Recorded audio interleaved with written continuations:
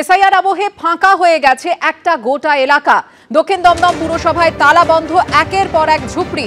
একের পর এক ঝুপড়িতে দেখা গেল যে তালাবন্ধ দরজা। ঘটনাস্থল দক্ষিণ দমদম পুরসভার হনুমান মন্দিরের কাছে মেলাবাগান ঝুপড়ি। এসআইআর এর কাজ চলছে রাজ্য জুড়ে, আর তারই মধ্যে বিভিন্ন ঘটনা সামনে আসছে। আর এবার যেমনটা দেখা গেল দক্ষিণ দমদম পুরসভার হনুমান মন্দিরের কাছে মেলাবাগান ঝুপড়িতে, যে এই এসআইআর এর আবহে একটা গোটা এলাকা ফাঁকা হয়ে গেছে। দেখতেই পাচ্ছেন পরপর দরজার ছবি, সেখানে কিন্তু একেবারে তালা বন্ধ। কারা থাকতেন এই ঝুপড়ির ঘরগুলিতে এবং তারা কোথায় বা গেলেন রাতারাতি, এই প্রশ্ন উঠছে। কি হয়েছে জানবো, আমাদের প্রতিনিধি সমীরণ পাল এই মুহূর্তে রয়েছেন সরাসরি। সমীরণ, দেখো সুকর্ণা, দক্ষিণ দমদম পুরসভার 22 নম্বর ওয়ার্ড বাগজোলা খাল লাগোয়া মেলাবাগান বস্তি, সেই বস্তিতে এলাকার বাসিন্দাদের বক্তব্য প্রায় 100টি পরিবার বসবাস করত। অধিকাংশ পরিবারই বাংলাদেশে চলে গেছে গত এক মাসে। রাতের অন্ধকারে প্রয়োজনীয় সামগ্রী নিয়ে তারা বাংলাদেশ পাড়ি দিচ্ছে, এমনটাই এলাকার বাসিন্দাদের অভিযোগ। আমরা কিছুক্ষণ আগে ওই মেলাবাগান বস্তিতে গেছিলাম। সামান্য কয়েকটি পরিবার এখন বসবাস করছে। এখানকার বাসিন্দারা কেউ কিছু বলতে চাইছেন না। এই ঘরগুলো কেন তালাবন্ধ জানতে চাওয়া হলে বলে যে তারা কাজে গেছেন। কিন্তু এলাকার বাসিন্দাদের বক্তব্য যে তাদের ভোটার কার্ড আধার কার্ড ছিল, কিন্তু তারা পয়সার বিনিময়ে টাকা দিয়ে তারা এই সমস্ত ভোটার কার্ড আধার কার্ড তৈরি করেছিলেন। এমনকি ভোটের সময় তারা ভোটও দিত। যেহেতু রাজ্যে এসআইআর চালু হয়ে গেছে, সেই কারণে তারা আগামী দিনে ভোট দিতে পারবেন না, এলাকায় থাকতে পারবেন না, সেই কারণে তারা এলাকা ছেড়ে চলে গেছেন। এ ব্যাপারে 22 নম্বর ওয়ার্ডের তৃণমূল কাউন্সিলরের সঙ্গে আমরা যোগাযোগ করেছিলাম। তিনি কিছু জানেন না, এ ব্যাপারে কিছু বলতে পারবেন না এখনই। সুতরাং পুরসভার তরফ থেকে এখনও আমরা কোনো প্রতিক্রিয়া পাইনি। এলাকার বাসিন্দাদের বক্তব্য, গত এক মাসে তারা ধাপে ধাপে এলাকা ছেড়ে চলে যেতে শুরু করেছেন। মূলত এরা সাফাই কর্মীর কাজ করতেন। একেবারে বাগজোলা খাল লাগোয়া যে বস্তি, সেই বস্তিতে এরা বসবাস করতেন। এই মেলাবাগান বস্তি, সেখানে দেখা যাচ্ছে অধিকাংশ ঘর তালাবন্ধ। সামান্য হাতে গোনা কয়েকটি পরিবার তারা বসবাস করছেন, এবং যারা বসবাস করছেন তারা কিছু বলতে চাইছেন না ক্যামেরার সামনে।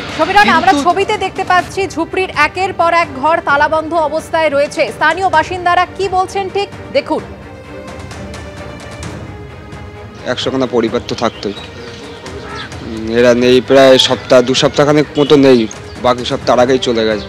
হাফ পরিবার সব পালিয়ে পুলিয়ে। এবার আমাদের মানে সেন্টার জেলে অনেকজনকে ধরেছে এখান থেকে, আপাতত 50 জনের উপরে। হ্যাঁ, এবার বাকি লোক সব, এরা সব ছিল 20-25 বছরের ওপর থেকে ছিল। এরা সব বাংলাদেশ থেকেই এসেছিল এপার হয়ে। নেই আধার কার্ড, নেই কিছু।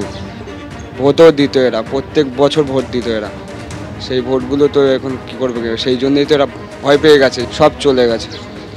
তা কে জানে, কিন্তু অর্ধেকজন সব বাংলাদেশেরই ছিল। এখনো আছে যে কজন, সবাই বাংলাদেশেরই লোক। আমি আরো একবার চলে যাব আমাদের প্রতিনিধি সমীরণ পালের কাছে। সমীরণ, স্থানীয় বাসিন্দার বক্তব্য আমরা শুনলাম। তিনি বলছেন যে ঝুপড়ির বেশিরভাগ বাসিন্দাই বাংলাদেশের নাগরিক ছিলেন, এবং তারপরে এই একের পর এক ঘর যেভাবে তালাবন্ধ অবস্থায় পড়ে রয়েছে, 1 মাস ধরে তারা চলে গেলেন বাংলাদেশে এবং কেউ কিছু টের পেল না। না সুকর্ণা, দেখো, এলাকার বাসিন্দারা যারা লাগোয়া এলাকায় বসবাস করে তারা টের পেয়েছেন। রাতের অন্ধকারে প্রয়োজনীয় সামগ্রী নিয়ে তারা গাড়ি নিয়ে তারা চলে গেছেন এবং বাংলাদেশেও পাড়ি দিয়েছেন। আমরা দেখেছি যে গত কয়েকদিন ধরে, যেটা ভারত বাংলাদেশ সীমান্তবর্তী হাকিমপুর চেকপোস্ট, যারা চলে যাচ্ছেন তারা কেউ দমদমের বাসিন্দা, কেউ নিউ টাউনের বাসিন্দা, কেউ সেক্টর 5-এর বাসিন্দা। তারা মূলত সাফাই কর্মীর কাজ করেন।